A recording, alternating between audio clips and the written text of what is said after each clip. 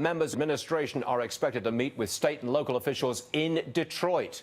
They are discussing what can be done to save that city. Here's their idea of a helping hand. $440 million. That's what we call a bailout. That's not assistance. That's not aid. That is a bailout. Let's bring in Mark Aesch, former advisor to the city of Detroit. You know what you're talking about when Detroit comes around. I'm calling this a bailout, backdoor bailout. Is it? Well, I got to tell you, Stuart, back in the 1930s, we used to have Americans would stand in bread lines in American cities. Today, we have the American cities standing in a bread line in front of the White House. It really is just a terrible turn of events where these cities just can't make a go of it anymore, and they stick out their hand to Washington, D.C. Now, you know what you're talking about in Detroit because you know the city. I'm told that they're offering $24 million to Detroit. The Fed's putting in $24 million to fix the buses. Another $120 million to make improvements in rapid transit. A couple of tens of millions of dollars to knock down buildings. Is that what the money's going to? Is it?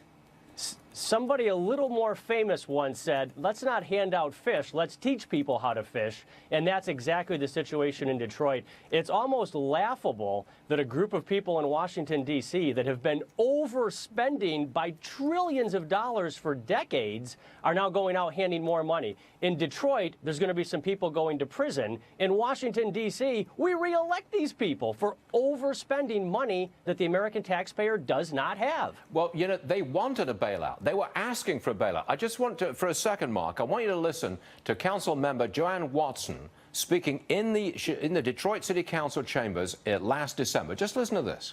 Our people, in an overwhelming way, supported the re-election of this president, and there ought to be a quid pro quo, and you ought to exercise leadership on that. Of course, not just that, but why not? Okay, well, they're going to get $400 million this time. We hear that there's more to come. But the president is not going to Congress to ask for that money.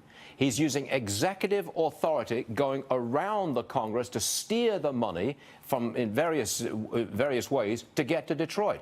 Again, I say it's a bailout, flat out. That's exactly what it is. There's no question that's the case. We watched General Motors stick out their hand and ask the president for money. He did it. And now we're watching the city of Detroit do it. I was actually in the room when the councilwoman made those comments, and the murmur in the room is absolutely, let's go ask for a bailout from Washington, D.C. The problem is Washington, D.C. doesn't have the money either. They are trillions of dollars in debt. We have got to recognize the American taxpayer needs higher performing government, not more expensive government. Well said, Mark Aesch. I think we've got to call a bailout. A bailout is a bailout when we see it. Mark, thank you very much indeed. Detroit's not the only U.S. city with financial trouble.